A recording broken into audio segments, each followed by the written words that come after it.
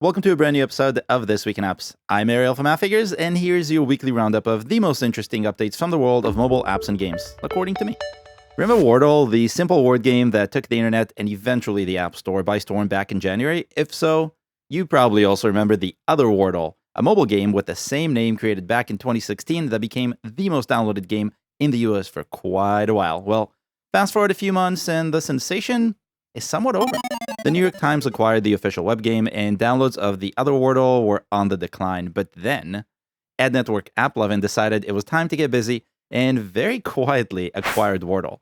So quiet, most news outlets that would normally notice immediately didn't even realize until about a month later. So, was it worth it?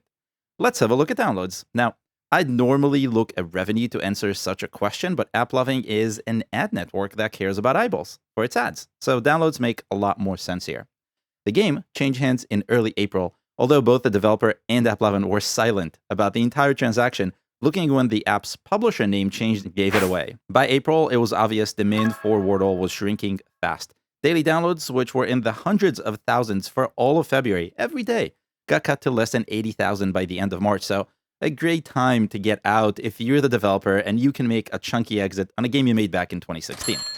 Also, potentially a good time for an ad network with seemingly infinite ad spend to spend on a potentially hot topic, right? As soon as the game changed hands, download spiked and remained high for a couple of weeks, but the sharp increase was met with a sharp decrease. And if you're thinking, this can't be organic, you're most likely correct. I think this was pure ad spend. What surprised me is that after the sharp decline, there were no more ads, or not enough at least to sustain downloads, and the decline from March continued at pretty much the same rate as it did before.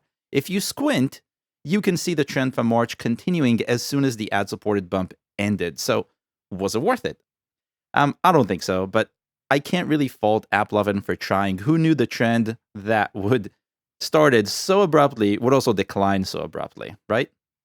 Next up is Airbnb. The short-term rental platform has made an amazing comeback in the last month. After having downloads almost disappear due to lockdowns in early 2020, Airbnb saw downloads soar in 2022, hitting all-time highs, which I talked about a few weeks ago, and we'll link to that in the description below in case you missed it and you want to see the numbers, and the numbers are big.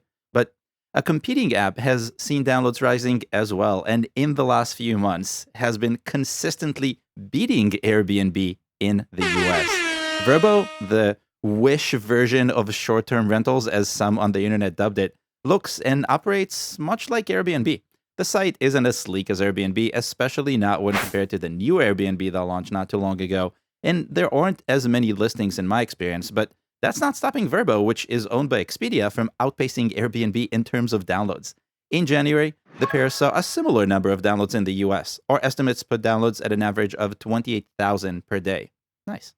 Fast forward to May, and daily downloads peaked at more than double for Airbnb, hitting 68,000, but Vrbo was way ahead, peaking at 180,000 downloads just a few days before. That's a lot of downloads. It's nearly double. The obvious trend is obvious. People want to leave their houses and apartments and live in other people's houses and apartments. In the last few weeks, I've covered a few other real-world apps that are seeing massive growth in downloads for the same reasons. People just want to get out. But the less obvious trend here is that Airbnb has competition for kind of the first time. Pre-pandemic, Vrbo was seeing about a third of Airbnb's downloads on a daily basis, and that trend didn't veer off at all. Vrbo overtook Airbnb for short periods of time in 2020 and 2021, but those were very short, and this time it's very different.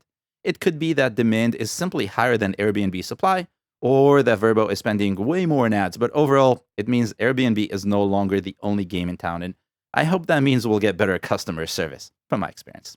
Next, Twitch has had a great run for the last few years. The streaming platform for gamers that's owned by Amazon was growing rapidly and seemed unbeatable.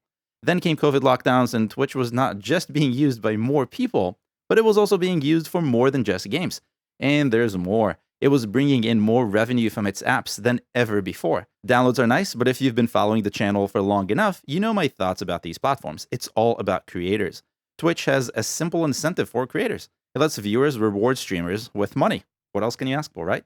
In 2020, in-app purchases across the App Store and Google Play in the US grew by 350%, from around $3.9 million of net revenue in January to $18 million of net revenue in December, according to our estimates.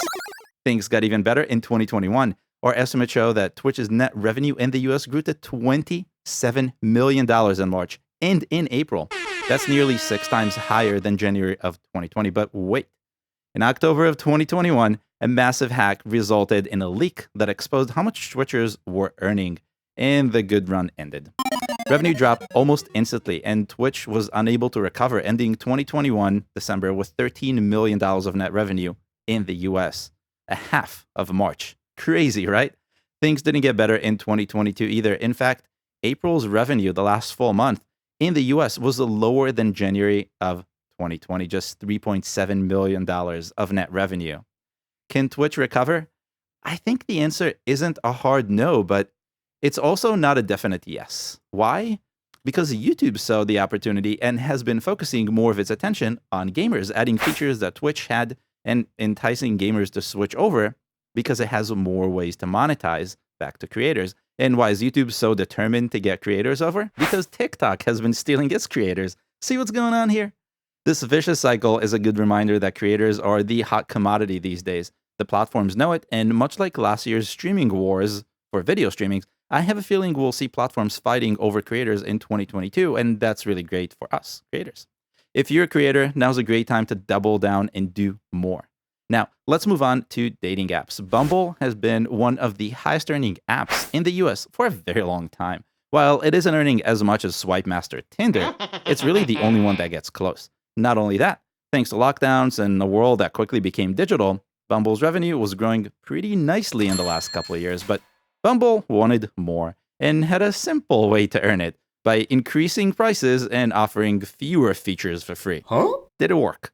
I don't think so. See, Bumble's revenue was growing steadily. According to estimates, net revenue in the US rose 33% from $12 million in January to $16 million of December of 2021. In August of 2021, Bumble increased its monthly price from $32.99 to $39.99. Now, I don't know the economics of Bumble, but to me, both of those look pretty high. If you think this is ridiculously high, leave me a comment and tell me what you think it's worth. I'm curious. But in any case, it kind of worked. The increase, along with the steady growth overall, helped Bumble's monthly net revenue hit a new high in October with $27 million of net revenue, according to estimates. But this wasn't a trend. In November, revenue decreased, and in December, it increased a tiny bit, but just a tiny bit, and it is December. But the story isn't over. In December, Bumble took away free features and required a paid subscription, which angered a lot of users who took to the App Store and Google Play to leave a bunch of negative reviews. Back to why this matters, though. Although revenue grew in January, I think it grew despite Bumble's squeeze and not thanks to it. Why? Because it declined right after and has only grown slowly since. If you look at the trend back in the early part of 2021, it's pretty obvious that trend was hindered by something. Short-term, revenue growth is somewhat stagnant, and unless something happens, I think long-term these two moves will leave a gap for other competitors like Hinge, which isn't too far behind. Price experiments are always challenging, but have a massive upside when done right. Higher prices and fewer features just isn't right. If you're considering changing the price of your app or game, make sure you don't do that. That's not how you do it. Last one for this week. Shortly after Russia's invasion of Ukraine began back in February, VPN apps became the most downloaded class of apps in Russia. I covered it a few times early on, and I'll leave links to those in the description in case you want to see those numbers. They were kind of crazy.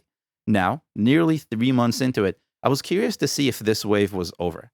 The short answer is not exactly. See, VPNs are still some of the most downloaded apps in Russia right now, but the pool of options has gotten much smaller. 2 VPN apps are now in command of Russia, down from more than 10 apps that were fighting for dominance just a few months ago.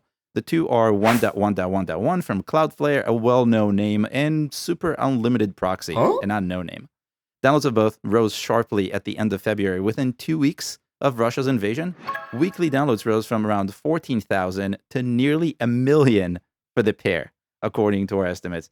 This was pretty much the case for most apps that had the term VPN in their name, but unlike the rest, Cloudflare and its no-name competitor didn't decline. In fact, downloads continue to rise. Our estimates show that weekly downloads have hit their highest last week, adding 1.9 million new downloads from the App Store and Google Play in Russia. The previous peak was the week before, but the one before that was back in mid-March. The demand for VPNs isn't likely to decline as long as there's censorship, and I'm not seeing that ending really anytime soon. I'm still surprised these two apps are allowed to operate in Russia. Do you think that's going to change anytime soon? Leave me a comment. And that's all I have for you this week. If you want to see the most downloaded apps and games in the world, check out last week's episode here. And if you like this video, make sure to hit the like button and consider subscribing to the channel if you haven't already. I'll see you next week.